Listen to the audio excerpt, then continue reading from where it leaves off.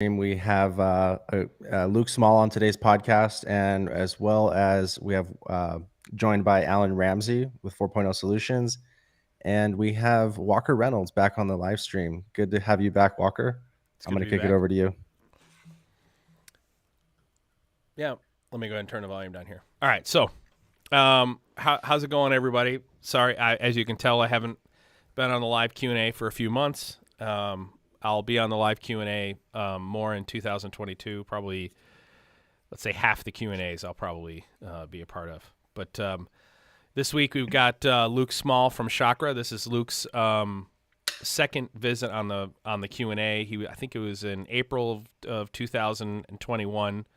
Luke joined us. We had a conversation about value streams. One of the things that sort of came out of that conversation was Luke and his team at Chakra, they approached the value proposition for digital transformation from a higher level in the organization initially, but its implementation's pretty similar. Whereas part of what we teach at 4.0 Solutions is a lot about like bottom up integration, and we actually sell it from the bottom up.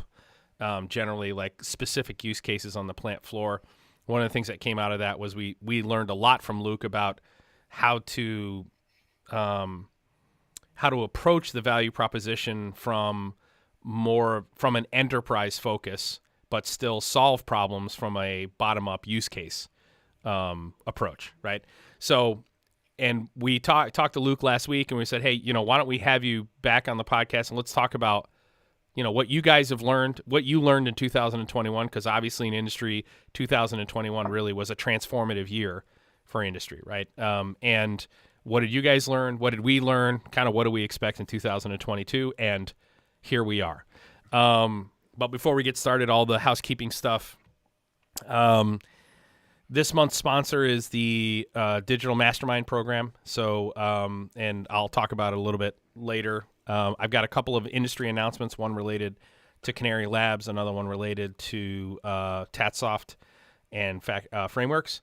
And we'll get all that at the end once Luke and I get through our conversation. So with that, Luke Smaul, welcome back to the Q&A. Hey, good morning. Thanks for having me back on. Appreciate you, brother. Yeah, man. So why don't you go ahead and just kind of update the community. What have you been up to? What did 2021 look like for you? What have you been doing? Yeah, well, first bit of big news, I became a dad again. So I had my little baby daughter, Isabella, last July. Congrats. So hence the bags under the eyes from sleepless nights up until this day. So that's kind of personal life. That's been crazy and fun, and COVID babies are a blast. But the big project that we finished, which I think the community will want to hear about, we just finished a huge 2-year initiative with one of the largest industrial OEMs that'll remain nameless for now. And what we've been doing with them was a corporate innovation program where we'd actually ring-fenced 25 of their people into an incubator model. That incubator actually reported into me and my firm for the duration of the project. And the goal was, this is an equipment manufacturer, was to move the equipment manufacturer from selling the actual equipment to selling it as a service or selling performance-based contracts. And we successfully did that over, it was almost a 2.5-year project in total, and all focused on this corporate innovation model where you talked about the balance between top down and bottom up. And really it was, how do you get that balance correct? And how do you get people out of their day jobs, out of their current thinking, and moving and working in innovative ways? And that's where we had this incubator model, where we had 25 people. I had the pleasure of managing them for almost 2.5 years, and finishing that project up late last year has been a huge milestone for the business. So let's expand on that a little bit if you can. So that's really digital transformation for an organization through leadership, right? Through interventionist leadership, right? I mean, I guess if I'm making the term up off the fly, right? But you basically, we talk about it all the time, that you have to have a director of digital transformation. I'm going to talk about this in a little bit, about one of the things that really stood out last year for us, well, and our clients, was more for our clients, was that one of the natural steps of digital transformation for industry is, I think everyone is starting to realize that some sort of corporate reorg is one of the steps, right? There are roles you're adding, and then there's a reorganization. You're really moving the dotted lines and moving the solid lines to include a director of digital transformation or someone who owns digital transformation in the organization, and key management roles are reporting up through that person. And most of the time, the way we approach it is we're going to try and identify the person who you already have who might be best suited, and we'll train them up to take over that role. And it sounds like what you did, you obviously already know how to lead digital transformation. What you did in this incubator model was put you in that role, and then developed the 25 or so people that are reporting up through you. And then I'm assuming part of that was you identifying who the potential leaders are in that group and all those sort of things. Is that correct? I mean, was that part of the approach? Yeah, you nailed it. Okay. We had this beautiful graphic we showed the board one day where we had the org, and and you've absolutely nailed it. The director of digital transformation was a role leading that organization. And when we had the Chakra graphic come in and just click into place over that team and say, not only are they're going to report into us, they're going to work as if we're a startup, as if they're actually working for my firm. So the way in which we worked completely changed as well. But absolutely, it's identify that you need for a digital transformation leader. Director of digital transformation is perfect. And then who are the people that you need? And we did soup to nuts, right? This was not just a factory initiative. This was a go-to-market initiative. So we had everybody from product development through to marketing and business development reporting in through us, through that 25-person team, and driving the complete transformation of that division. And we're talking billions of dollars here, right? This is a huge European OEM. And so I'm assuming towards the end of that initiative, there's a time to where Luke, is transitioning out as the leader, the de facto leader in that group, and you're probably taking it's time for the diaspora to take place, right? Take some of those people that were working under you and have them go percolate out through the rest of the organization. And also, you must have identified someone to take over for you. How did that transition take place? What was the mechanism for that, and how well did that go? Because that's the part that actually interests me, is how did that transition take place and how well did it go seamlessly? Because he said this, you sort of finished up a few months ago, so you've got some time between that transition and now, right? Yeah, so far so good, right? What we talked a lot about in the early days of this program was when we leave and when we put the incubator back into the business, all of the change antibodies are going to pop up and try and kill that new initiative. Thankfully, when we talk a lot about top down versus bottom up, we had done all of the top down and had the bottom up proof points to make sure that the change antibodies were somewhat limited. So far so good. The change has gone well, or the re-entry back into the business has gone pretty well. And then, yes, a huge part of kind of our CTQs or our deliverable was finding a replacement, right? It would be too easy for us just to take over that group, right, and sit there and kind of run it forever. And just Chakra becomes almost like a badged employee of this large company. But we said, no, we really want to get in, get it done, get out, right, in a reasonable time frame. 2 years is pretty reasonable for the level of transformation we're talking about. And then make sure there's somebody suitable to run it. So we were heavily involved in headhunting and getting that person into place to take over from us. And they are very hard people to find, as I could only imagine well. Yeah, we're mostly developing, because finding is so challenging. One of the things we talk about with our clients is, it's probably going to cost you less to identify the people internally who have the capability of being developed into this position And over a 2-year period, let's do that. Because during that 2-year period, we're going to be identifying use cases. We're going to be implementing an infrastructure. We're going to transform your infrastructure. We're going to define your digital strategy. We're going to start work on those use cases. We're going to do some integrations. We're going to solve some problems. We're going to reveal value. And at that same time, that person that we've identified internally, person or persons, we can develop them through both our codified initiatives, which are Mastermind, digital Mastermind specifically, but then also just by working alongside our team in a Scrum group that is tasked with digital transformation for the organization. And what we found is that works really well. But I actually like this incubator model, this incubator concept. I mean, the one thing that jumps out at me is, wow, if we were to do that, which we don't, we actually preach all the time. We can't do that. We don't have the resources to do it. It's going to bind up resources for a significant amount of time. Did you use, obviously that wasn't the only client you worked with in the last 2.5 years, right? You worked with other clients. So how did you manage time? And were there other resources at Chakra that you were leveraging, or was it just Luke who was, driving the bus?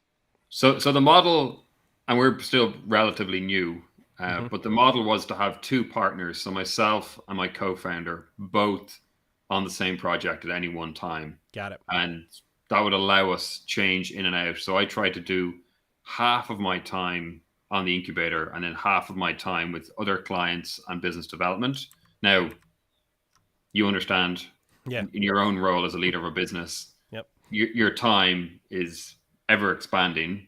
It's extremely challenging to keep it locked into 8 hours a day or 10 hours a day. But relatively speaking, having 2 partners on the project, charging the client fundamentally for one, right, because we're sharing the time, worked out pretty well. Perfect. And then are you moving on? Have you moved on to the next large commitment? So we're still still searching for someone. This is the challenge we have, right? Is we're talking digital transformation with a capital T, right? We're launching a new business model. Right. So you got to find a number of companies who are willing to sign up for that, number one. And then number two, the number of clients willing to sign up for an incubator model. So we're doing onesie twosie stuff at the moment. But what it has allowed us to do, similar to what you do with your education side of your business, is parse out all those lessons learned so that it's more digestible for smaller engagements. Perfect. Man, Beer's question, this is actually a good question. So is it developing an incubator for only a specific client need, so OEM in this case, or do you have the same incubator in place to support multiple projects? I think I know the answer to that, but I'll let you. Yeah, so it's customer or client specific. Yep. So we created the incubator on behalf of our client. Now, the conversation we've had with them is for future engagements. Let's imagine the incubator goes back into the organization. The core learnings, the core change that we've tried to drive has been accepted. The change antibodies have been relatively receptive to this new change. But then we want to go and do the next thing and the next thing and the next thing. What we have talked about is setting up these transformation hubs. So imagine this is a European OEM. So imagine in Europe having a center of excellence where this type of thinking exists. And we've got a mixture of people from Chakra, core change agents from our client, and also people from local startups who are in the same space, all sharing a workspace and sharing ideas. That was an idea we had pretty much pre-COVID. Yeah. It doesn't seem as viable now, but I think the thinking is still sound where you could take the incubator model and expand it into something more long-term. I love it. And I'll piggyback on that. That one of the things that we've been doing, I'd say for the last 3 years, is we had been looking for an opportunity to do something very similar, but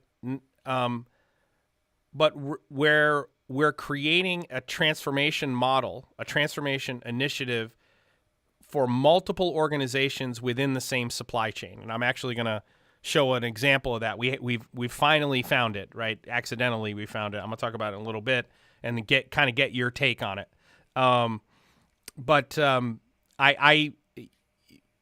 the thing. So let me ask you this: how are you jumping the resource hurdle? Right. Obviously, that's got to be the biggest challenge, right? If now that you guys, Chakra's got this successful incubator, this incubator model implemented. You've demonstrated value. You've provided value. You've trained up 25 or so people within that organization. Now you're looking to find the new leader to bring that person in, and you're absolutely correct. I say this all the time. People who can successfully lead a digital transformation initiative, there's 100,000 jobs for every one person right now. I mean, there's just that. COVID made that a reality. Every organization, every industrial organization on the planet needs to digitally transform if they started before the year 2000. So, and there just aren't enough people who have the experience doing it. It's basically you're better off trying to train someone to do the role than to try to find somebody who's successfully done it. How are you managing that resource? So on your side, so for Chakra, how are you managing resources on your side? Because obviously your services are going to be far more in demand now that you've got this really big use case to hang your hat on. You already had several other implementations, but now you got this big successful one. How are you going to manage resources? How are you going to scale up? Is the plan to scale up at a, is the plan to scale up at Chakra, or are you going to just do more of the same? Is the focus to do more of the same? No, well, I think the focus is TBD, right? We've got to first of all figure out how many other clients are willing to sign up for this size of model. Mm-hmm.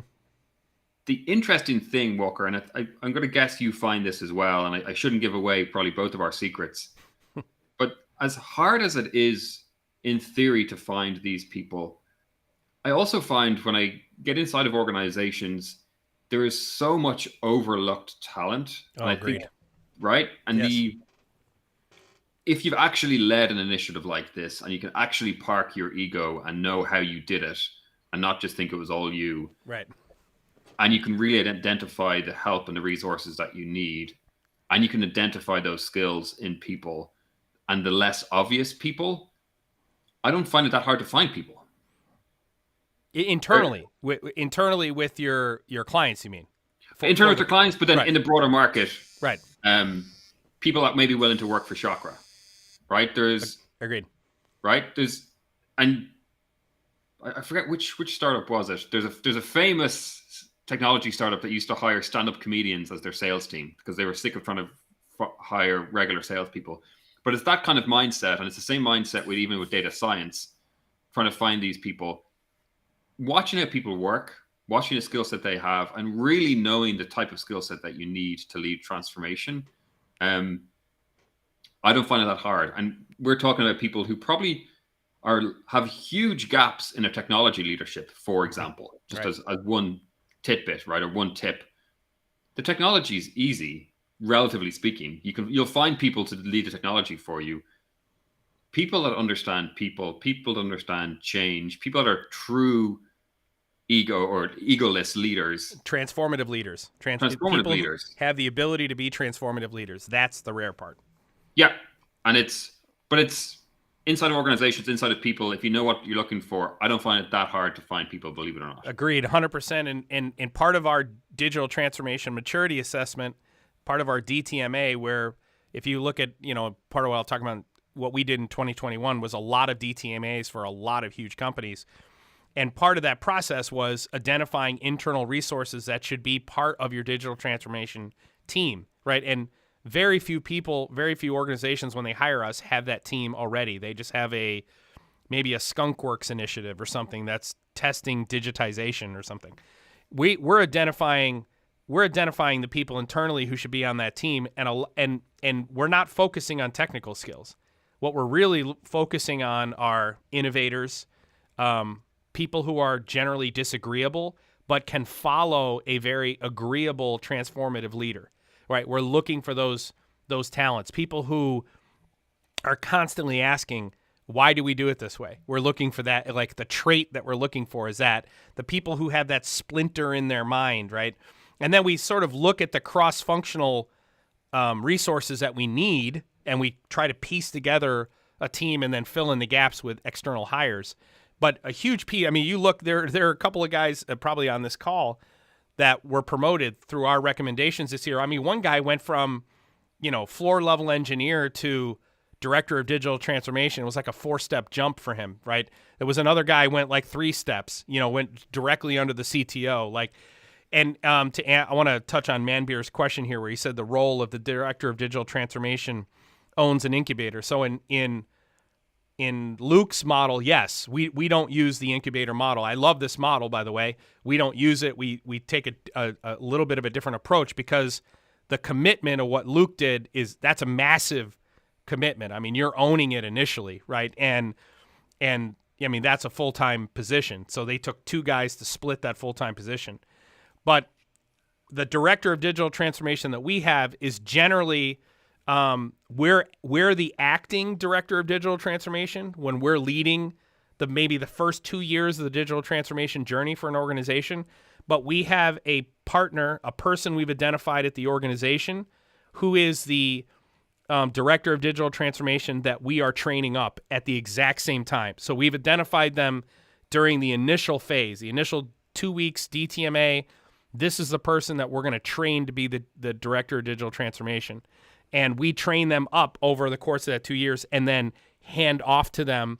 The more phases we get into that first 2 years of DT, the more responsibility that director of digital transformation is taking on. And Manbeer, we have a org chart, an example org chart that we show to our clients. And we say, hey, your org chart's going to look something like this, right? So your director of digital transformation is going to report directly into the CTO or CIO, depending upon who has which roles, right? And then, IT, all the managers in IT are reporting dotted line or solid line through the director of digital transformation. And the digital transformation team, which is generally made up of a combination of OT and IT people, are reporting up through that exact same person. And it creates this cohesion of the OT and IT approaches to solving problems under one architecture, under one strategy, under one vision. And then we're eventually just handing that off. And Luke, I'll let you speak to how that transition happens for the director of digital transformation under the incubator model. Because right now you're still trying to identify who that person's going to be, right? You're still trying to source. We have found that person. We wouldn't have disengaged without finding that person. So that's step one. Is we sign up early on in the contract that we're going to help you find that person. We're going to hire our own replacement. And like we talked about, if you know what you're doing and you've done this before, you see it. Yep. You see it, and that's a skill and that's a deliverable and a value add that Chakra brings to these engagements. So that was one. The role afterwards. So this is interesting, and I don't think I'm going to say too much here because I haven't shared the company name. But what's interesting to remember is that these contracts or this engagement, we were launching a new business model. So they're actually selling something different in the market, and we had marketing and we had business development report into Chakra. So we managed all of the marketing of this new initiative for this client and all of the business development for this new initiative for this client, including traveling pre-COVID around the world, sitting in on meetings, listening to what their customer feedback was for these new business models we were launching. But the reason I say that is we are an outcome-based consulting firm. So we charge what we charge, but we also have or skin in the game after we leave, to a point for 2 years after we leave, we get a share of the revenue for all these new initiatives that we help launch, which means I'm on call, right? If they need me, if there's something happening, it's baked into the contract. It's baked into our business model, the Chakra business model, that it makes sense for me to be available. So we help find their replacement. We get them in situ. We do a handover for a couple of months, and then we are available as needed within reason, right? And I've got a good relationship with the VP of operations, who this ultimately was owned by, where we're available and on call to do the handover process. And then the other part of the question, Manbeer is doing a great job with the questions, by the way, but is this only technical or is it people, process, or technology? So the poster famously behind me, if you can see it, is it's not about technology. So this is about people, process, and technology. So yeah, we manage all of that and the strategy as well. So it's strategy, people, process, and technology. And we can tell some fun stories about the technology we actually used and how far down this overall journey we actually pushed any technical investment from the client side. But I'll pause there and see if that answered Manbir's question. Well, the other thing I'd like to say is I think you would agree that you can't help an organization digitally transform unless it's about people, process, technology, and strategy. Like you can't break the four apart, right? They're interwoven with one another, right? Because what I would say is strategy, it overlays people, process, and technology, and that defining what that digital strategy is first, or at least outlining what it is first, is the first step prior to even engaging with people, processes, and leveraging technology to solve any problem, right? I think you would agree with that statement, correct? Yes. Oh, yeah. There's no way to do it otherwise. Otherwise, you're just doing digitization. You're just turning on technology. Which gets me to my next question, which is, on your so I highly recommend everyone go to take a look at Luke's website. It's been updated a little bit since last year, but go to chakra.expert. So CHAKRA.expert. And on there's a couple of statements on there, right? 75% of digital transformation initiatives fail, right? So do you care to share why you believe that's the case? What are the primary reasons digital transformation fails? And by the way, I agree with the number 100%. I actually think it's just a hair higher. I think it's like 78% or something. In their first iteration, like 78% of digital transformation initiatives fail. Why do you think that is? Yeah, what have you observed the reasons? I mean, obviously you've experienced, why. You've seen it. I know why. And there's an interesting counterpoint to this, which I'll cover in a second. But the first point, the reason so many digital transformations fail is missed expectations, right? If we're talking digital transformation with a capital T, there's a reason we're all doing this today. There's a reason why we're on a live stream talking about digital transformation. And there's a history behind this whole digital transformation initiative. And it goes back to 2007, right, where you've got the iPhone is released, you've got AWS comes out, yep. Facebook, it's the first year they leave college campuses and become available to the general public. It's around about the time Hadoop comes out. And you've got that movement, that big data, analytics, mobility, cloud, and I'm probably missing one, kick off, right? And that starts a history or starts a chain reaction in motion that we can look back at from a history perspective and see the impact that change had. And in the space of 10 years, which is relatively fast from an economic perspective, you had the top spots from a valuation perspective. Right. Yep.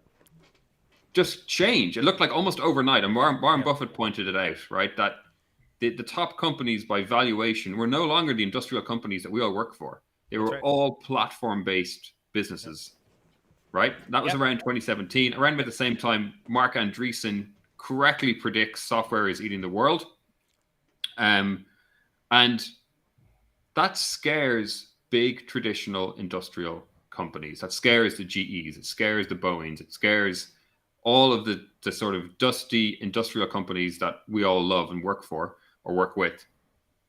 So everyone starts, we need to digitally transform, right? We need to look at the seismic economic level shift that's happening because of those digital technologies.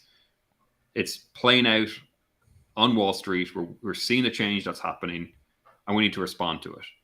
Now, if that's what drove us to digital transformation, and then you roll out Zoom or you roll out Teams and call it digital transformation, right? Yeah.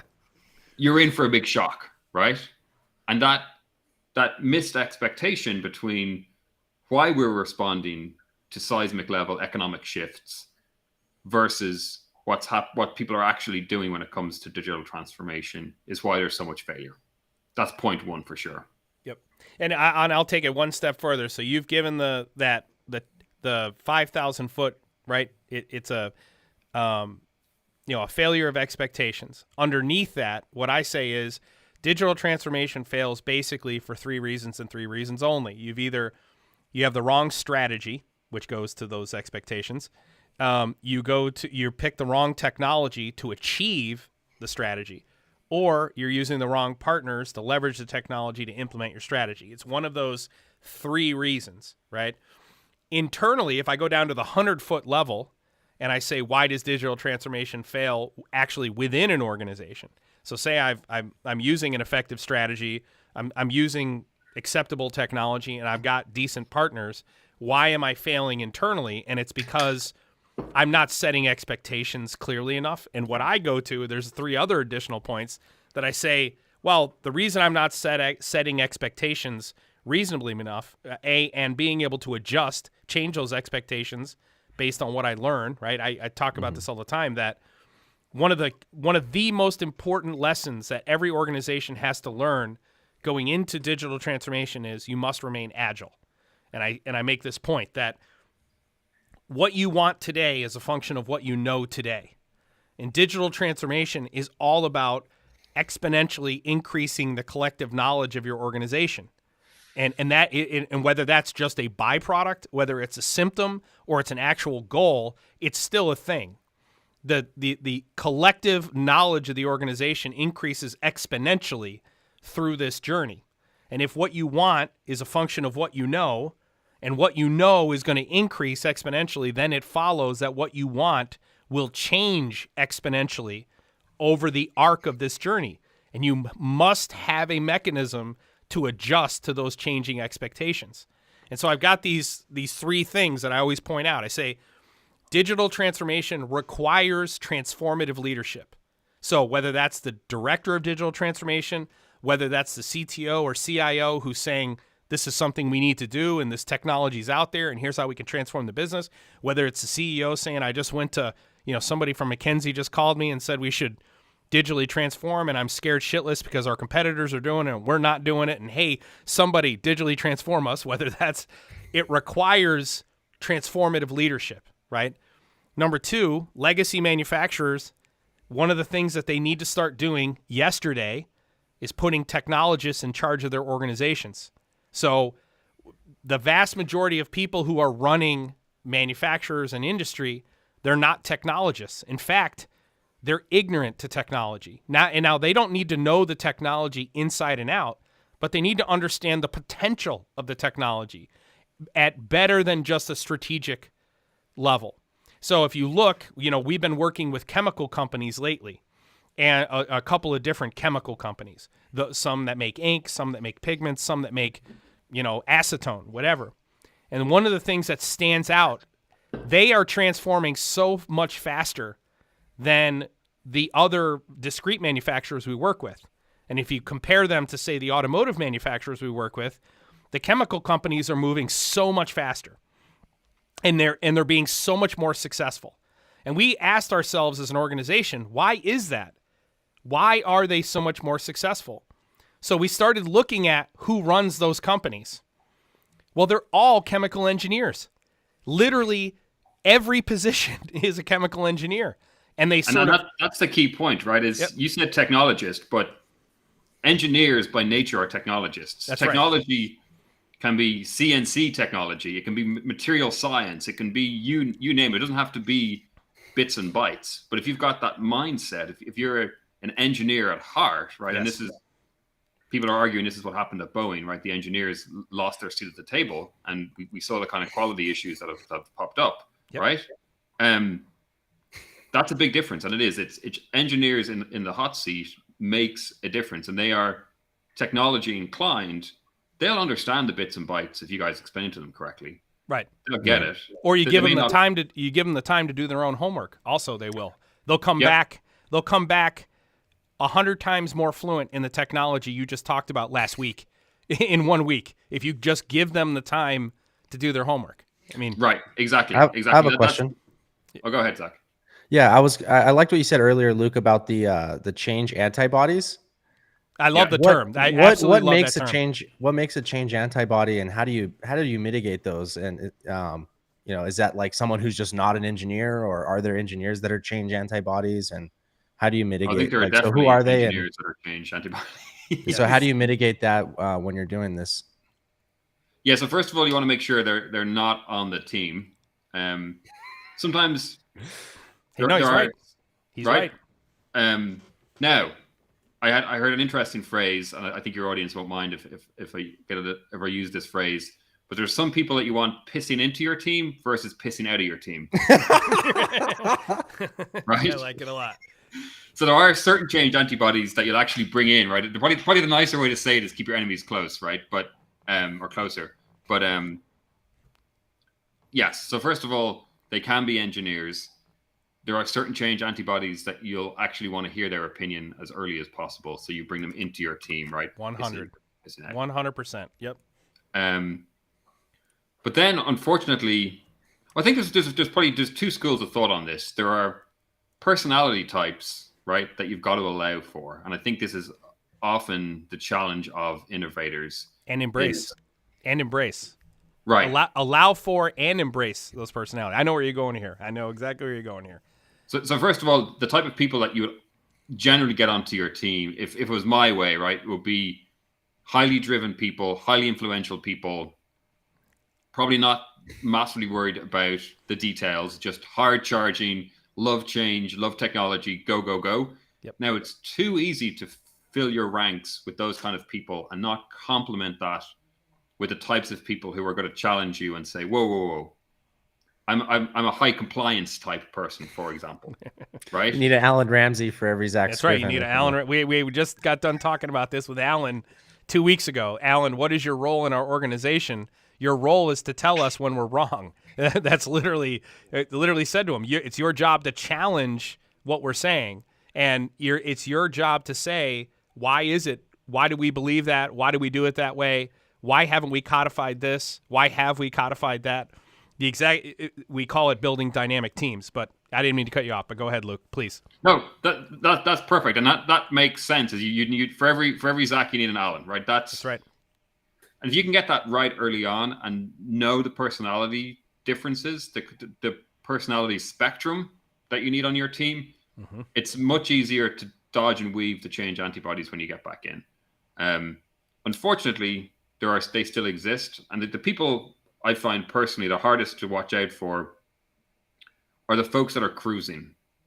Close to we say it. The people who have no incentive in the long term in the long term viability of the organization. That's what we say. So whether that's the person 5 years from retirement, and this isn't all people who are 5 years from retirement, but there are certain people we're looking for that we want to stay away from, and it's the people who don't have a vested interest, or at least they don't believe they have a vested interest in the long term viability of the organization, or even worse, they're apathetic to the long-term viability of the organization. Yeah. We got a couple good questions come in. I want to touch on Dowdell, what Dowdell said real quick before you get to that question. So Michael Dowdell, 100% agree with you, man. Slap on the back here. The problem with U.S. industry, beginning with the Industrial Revolution until the 1960s, he's talking about the Second Industrial Revolution, until the 1960s, is that corporations were run by engineers and technical people. Starting in the 1970s with the Third Industrial Revolution, it really shifted to MBAs. And why? Because it had to do with allocation of resources. They put MBAs in to focus on moving the resources around to try and capture efficiencies that way, lower labor, et cetera, et cetera. Totally agree, Michael Dowdell, 100%. The companies who are most successful are the companies who are moving back towards leadership, technology leadership. And I mean, just if you look at, with Sandy Munro, our interview with Sandy Munro, we were talking about why is Tesla so awesome? And Sandy says, well, it's leadership. And it had nothing to do with the fact that Elon Musk is the greatest leader on the planet. It's not that. It's that he knows everyone. He knows the technology. He knows everyone's role, and he's a transformative leader. And so he knows how to pick the right personality for the right problem. Just like when he wanted Tesla.com, he said, this guy owns Tesla.com. Give us the nicest guy. I want the guy who no one ever gets pissed off at in this plant, and go have him camp out on that guy's porch and don't take no for an answer. You know, that's part about being a transformative leader and building dynamic teams. So yes, 100% Dowdell. Michael And then had a good point about the they're not paying enough. The accountants and HR are not paying the technologists enough, and they end up leaving. That's the problem, is that the classic company is struggling. And here's why. Because the technologists you need is very expensive right now, because there's 100,000 jobs for every one of them. And that's hyperbole, obviously, but it's meant to illustrate the point that the person you're going to bring in to lead your digital transformation initiative is going to make more money than all of your general managers. Otherwise, you didn't hire the right person. Okay? They're going to make more money than the general manager. They're going to make more money than the regional manager. They're going to make and HR people who look at that disparity, they say we can't reasonably pay this person twice what we're paying the person to run the entire facility. But by the way, that isn't a problem in an organization that's run by technical leaders, because they understand, and this is where Luke talks about this, you know, not only are you able to identify the skills required, okay, so not only are you able to identify the people who have the traits of a transformative digital transformation director, okay, if you do this, you can identify those people, you can see them. It's just like the best policeman is a person who used to be a criminal. Right? The casinos hire the guy who used to rip the casino off to protect the casino, right? It's the same thing. When you help organizations successfully digitally transform, you have a perspective other people don't have, and therefore, when you look at people, you can identify traits that they have that align with what is needed to lead these initiatives, right? One last thing I want to, Phil Saboa, this is a good question that I want Luke to answer, which is, how do you measure failure? Is it the budget ran out? It's a decrease of efficiency. If you improve the system by 30%, is that 30% successful? What I would say before Luke chimes in here is, failure is not something you define, it's something you manage. So failure is for me when I didn't meet a metric I established before, early on, that was our standard for success. But for executives, for your customer, you may have provided 3 times the value they expected, but if you didn't deliver what they thought they were getting, then you failed. And that works for some. That is the response of some leaders. But I'm going to go ahead and let Luke talk about how he measures failure. Sorry. Yep. No, I think it's a great question. And it was actually the second point when we talked about the 75% of digital transformations fail, or 78%, which is an even scarier number. I think it was Rick Bellotta, right, friend of your show, who made the point this morning on LinkedIn that, why are we so scared of that number? Right? This is big, hairy, scary stuff, and we should be okay to fail. I don't know if everyone has the appetite for 75 or 78%, but why are we afraid of that? Why is it not okay to fail? And I think that's the first thing to get into everyone's heads is, we will fail. And it's managing through those failures and being able to take the lessons learned out that is key to succeeding. Now, let's flip it on its head. How do we measure success? Do we need new ways of measuring success so that we can track the failures and pivot when we need to? And the answer is yes. And that's one of the first conversations we have with our clients, is we sit down with the VP of finance or the CFO, and we talk about ROI and how ROI is a flawed metric. Yeah. Or even just wrong off the bat, right? We may not see ROI in your classic sense for 2 years, for 2.5 years. We're launching a whole new business model, right? But thankfully, thanks to clever social media marketing, we can track success way earlier than we see ROI. So we teach companies things like conversion rates, right? You guys do a great job of this in your own business, but we have an idea. So this is the 3-step model of Chakra: is prove the idea, prove the business model, prove the scale. So an idea might be a predictive analytic, right? And based on old school technology, like a .NET system running a SQL database with a bit of Python glommed on to do some data analytics. Perfect. Were you able to predict, for example, remaining useful life of an asset? Yes. Cool. Well, let's pause the tech for a second and let's take that analytic to market. And I don't mean sell the analytic, I mean sell the outcome of what that does. And when I say take it to market, let's go run some social media campaigns and see if people actually care. Right. It's genius. That's where you can catch failure earlier. This was the point that Rick Lotta made this morning on LinkedIn. It's almost like right first time in manufacturing. You want to catch that failure as early as possible in your process, so you're not adding value to a failure, right? Because that sucks. And that's the same in manufacturing. You don't want to add material or add cost or add value to a defective part. Catch it, either get it right first time or catch it as early as you can in the process. And that's what we allow companies to do, is by getting their ideas out there, which is, man, oh man, that is so uncomfortable for these engineers who are used to waiting years and having everything perfect and then launching and hoping everyone buys it, to, no, it's kind of half-baked, right? It's duct tape and baling wire. It's .NET and SQL and a bit of Python glommed on. It barely works remote, but we were getting data over email, right? We called it FTP because it sounded better than email, but we were getting data over email, plugging it into a remote instance of the exact same, it was like a legacy SCADA system, or SCADA system since it was in the UK, and sticking on some additional data analytics via Python. But get it into the market. Do not talk about the technology. We're not going to go and tell them that we're selling the analytic or selling all this cool stuff. We're going to go and talk to them about selling the outcomes of that. And you can go have that conversation either via social media or in person really early in the process. And that's the long-winded answer, is just trying to catch that failure as early as possible, so you're not adding value to it later on. Excellent. Perfect answer. I want to ask you a quick thing, because we've got about 15 minutes and I want to touch on two things. So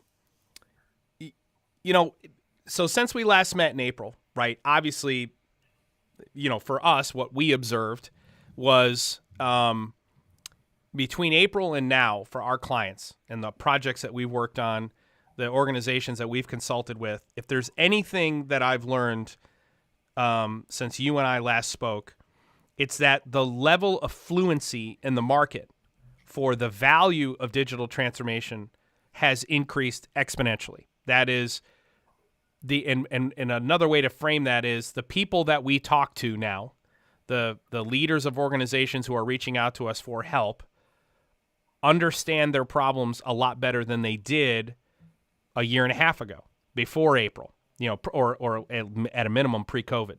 The fluency within the market is becoming better. Now, there's a lot of gaps in their knowledge, their capability, the direction, the understanding of the technology. But at a minimum, they understand their immediate problems. They have a much higher level of fluency, and they understand, what digital transformation is and isn't a little better here now than they did in April.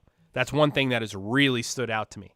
Number two, another thing that's really stood out is how scared industry really is right now. How scared, when I say industry, I mean manufacturing, but I need to group in, mining and chemical batch processing and stuff, right? But how scared they are about the future. And if I were going to sum that up into one statement, it is this: how are we going to recruit and retain the employee of the future? So if you look at that fear is an extension of that one statement.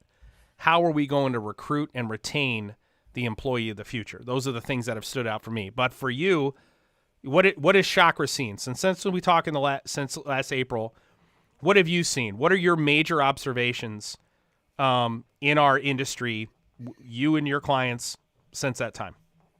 Yeah, I think you nailed it. So if you go back to my history lesson, around 2016, we kicked off what I call the first wave of digital transformation, which is industrial companies digitizing and calling it done, or calling it good. Yep. And industrial automation vendors rebranding everything as industrial IoT and calling it good. Yeah, just slapping a label on. Yep. Same wine, new label, or same wine, new bottle. Yep.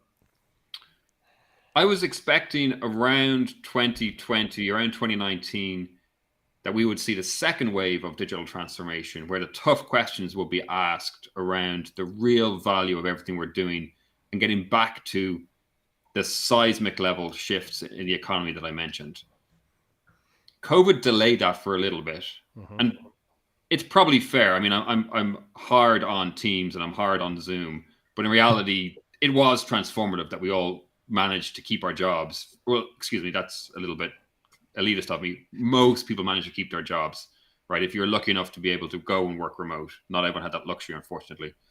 But for a lot of us, it was transformative, that rollout of Teams, that rollout of Zoom. Even live streams like this, right? People have been able to get educated and smarter by just tuning into stuff and not traveling, not going to conferences. So there was almost a backlog of work that needed to be done to get us kind of through COVID. And now we're kicking into the second wave of digital transformation, where companies are smarter. They're not going to fall for, I've taken an industrial automation stack and called it IoT. They're not going to fall for that. And the reason they're not going to fall for it is not because they're smarter technologically wise, that word, thank you. It's because they're going to ask you about the outcomes and why is this different than what we tried to do 10 years ago or 5 years ago. So that's huge. And I'm pretty pumped about, because companies are more fluent, like you mentioned, and they're asking the right questions, it's going to force all of us in the market, the consultants, the integrators, the vendors, to do things differently and deliver in new ways. And I think it's an exciting time that I predicted was going to happen around 2019, 2020, the second wave of digital transformation, almost like a digital transformation renaissance. It's going to kick off now, I think. And we've got enough stuff that hurt us through COVID, like the supply chain issues, that people know the right questions to ask. And we're all going to have to step up our game and deliver in new ways. Perfect answer. Couldn't agree with you more. I want to touch on one thing that you touched on that it made me think about this, that I've been talking about more and more with people, is state-siding operations. So one of the things that's going to happen as a function of COVID, we are in a post-COVID world. The pandemic, the fear of global pandemic, is no longer, it's no longer the lore of just the paranoid. Okay, it's, we live in a post-pandemic world. The things that we were being warned about have come true. And now business leaders and thinkers and decision makers are aware that this is a real risk, and it's a risk we have to mitigate. So something that is naturally going to happen is that organizations are going to be priced in to bringing their manufacturing operations much closer to their intelligence centers. So where the brain trust exists, organizations are going to be far more priced in to bringing manufacturing operations closer to their brain trust, so that disruptions in supply chain can be mitigated where they can be mitigated reasonably. Okay, that's one of the things that keeps standing out to me. And number two, I want to touch on this: how, if companies are freaking out about how are they going to recruit and retain the employee of the future, the answer really is quite simple, and it is a value add of digital transformation. Okay, and it's a key value add, and that is you create the type of place that the employee of the future wants to work. Okay, and what does that look like? Okay, we've hired a bunch of people here at Intellic and 4.0 Solutions over the last few months. I think we added at least 6 to 8 people or something, and I mean, to the point where I haven't even had a chance to meet everybody that we've added, and or meet them face to face. And we have a bunch of Gen Zers and millennials who've joined the company, and we're talking about who they are and what they believe. And one of the things that stands out about these young folks who are eventually going to make up your workforce is that they are used to solving their own problems. Okay, their first step whenever they face any problem is not to get on the phone, and it's not to look at a user manual. It's not to find the user manual or get on the phone. It is to use technology to find the exact answer to their exact problem and then try to implement the solution themselves. Okay? Your employees don't want a bigger cafeteria, and they don't want they don't want video game stations, in the break room. What they want is an environment where they can solve their own problems, an environment that more closely mirrors what they have in their everyday life. And this brings me to my last point, which is the idea that work and home are different things is a dead idea. Part of the value of technology is that you can always be at home and you can always be at work. And it naturally follows that you are going to want your home values, your home mission, your home environment to more closely mirror what you have at work. They need to look very, very similar. And so when we're looking to recruit the employee of the future, we have to be thinking about what is it that the employee of the future expects. Okay? And what they expect is to live in an ecosystem, have access to an ecosystem where they can solve their own problems. And if there's anything that we've done where we're surveying young people, like why did our clients will give us a list of the people who came and went, the Gen Zers and the millennials who came and went, and they'll give us a list of maybe 10 people that we can call. Hey, why did you quit? What was the reason you left? Do you mind sharing that with us? And it all boils down to the exact same thing. I felt like I was working in a plant that was built in the 1930s.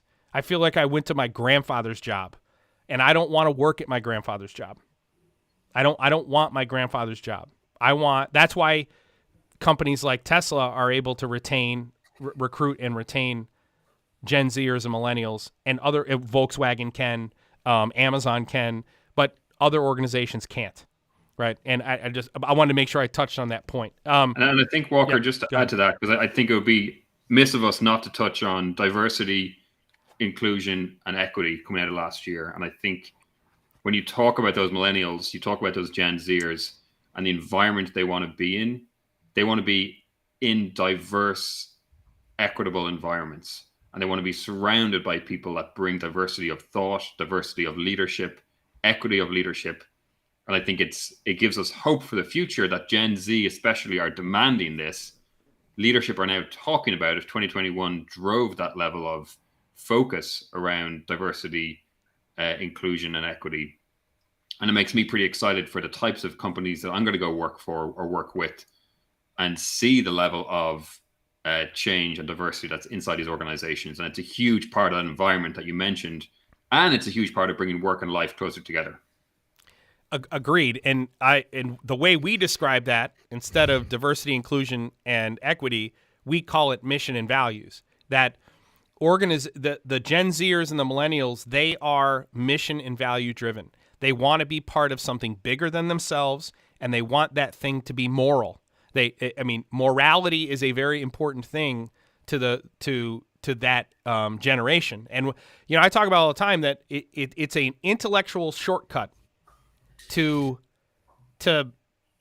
blame Gen Zers and millennials as just they're entitled, they all got ribbons, they all got participation awards, they're entitled, helicopter parents, all that stuff. I think it's an intellectual shortcut to do that. I agree with you.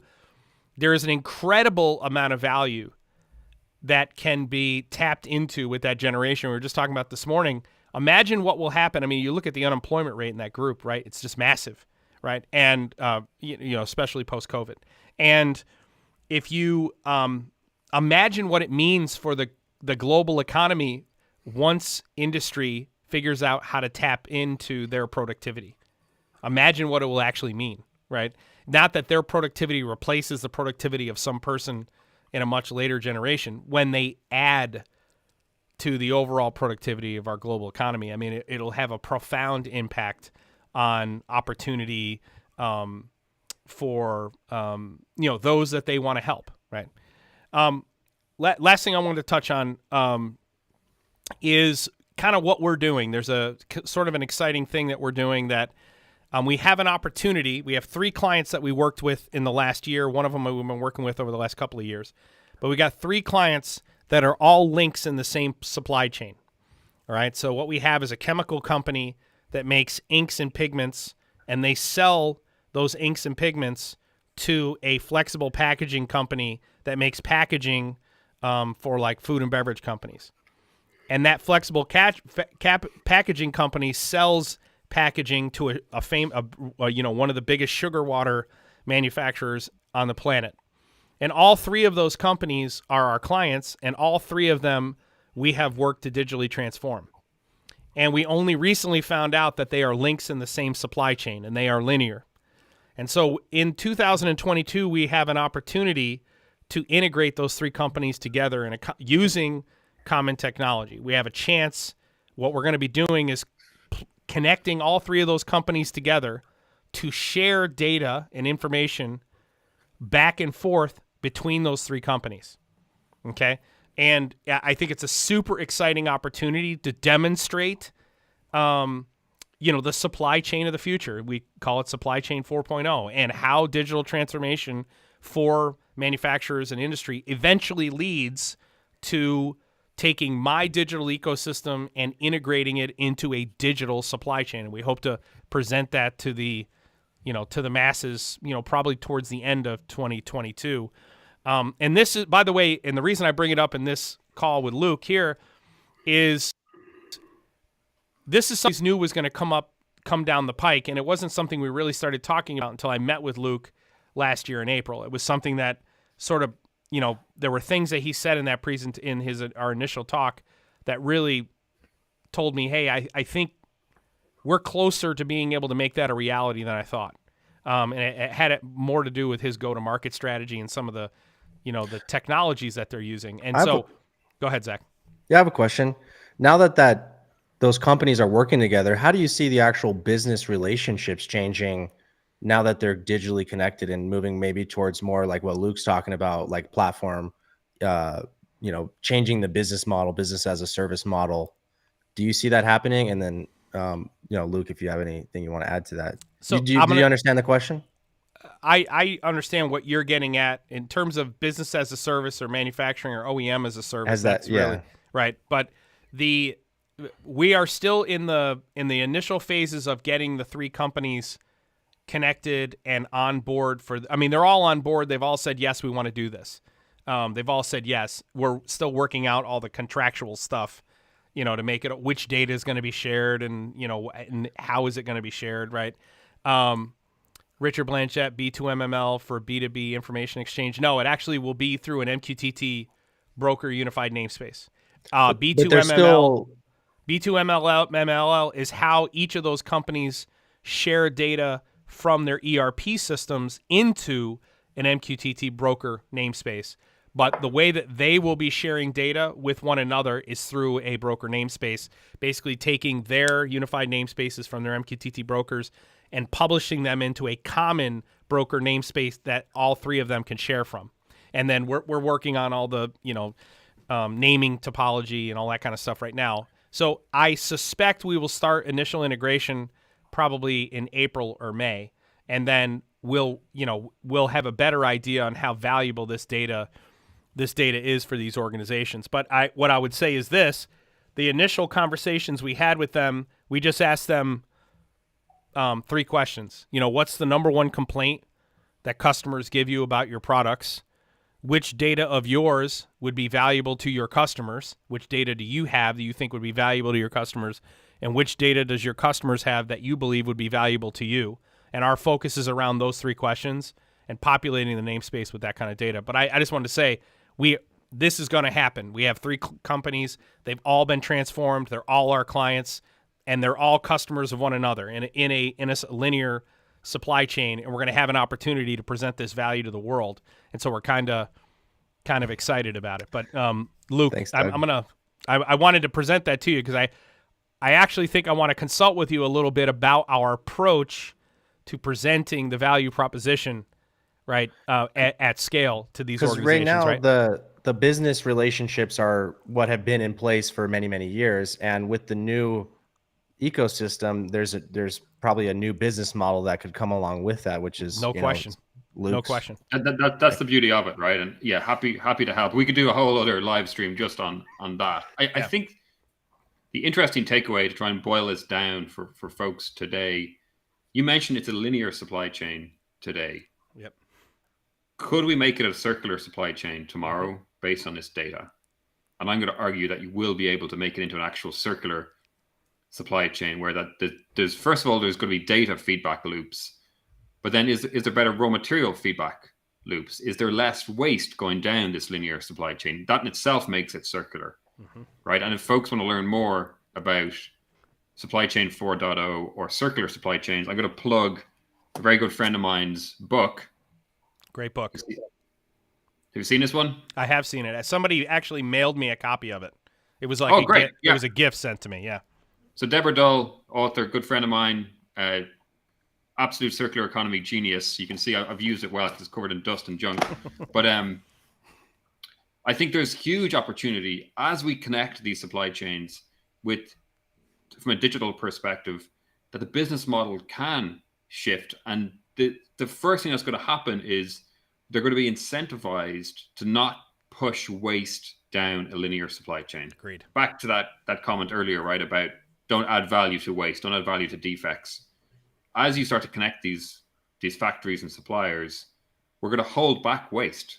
And that's going to be huge, let alone then get into fancy stuff about, okay, well, could you use that waste somewhere else? Or is there another party, right? The famous story of the chickpea factory that figured out they could use their water to make mayonnaise, and now there's a chickpea factory and a vegan mayonnaise factory side by side.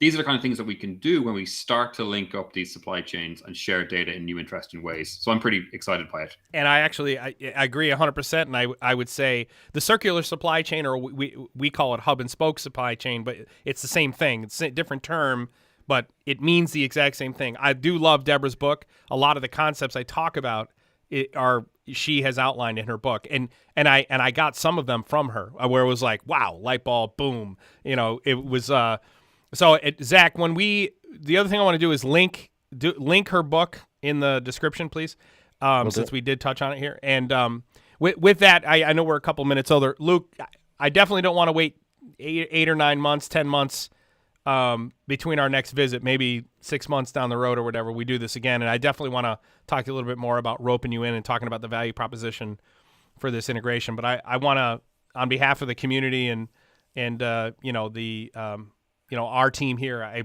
appreciate you jumping on with us. This was a great discussion. I hope you agree.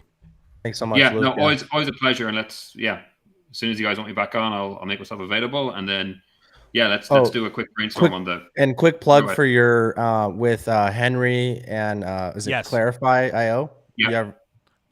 You're doing a show tomorrow with Henry. So where can we view that? So I'll get a link out to everyone. We can share it afterwards. I'll make sure it's up on the community. But it's clarify.io. And we're going to call a little bit of BS back to this history lesson on rebranding everything as industrial IoT. We're going to call it out a little bit and see what we can find. And also, I would recommend you guys take a look at your Luke's talk with Manny. Zach, will you link that one in too? Also, yeah, I'll put the link I love to that the conversation. And our original, right below our original podcast from last year, all down in the description. So thanks so much for joining, Luke, and thank you everyone for watching. Yeah, everyone, it was good. Today. It was good to be back. I'll probably be on week after next. I'm closing on a house next Tuesday, so I definitely will not be on then. But I'll probably be on the Q&A in 2 weeks. Appreciate everyone. Luke, again, thank you, brother. We'll talk to you soon.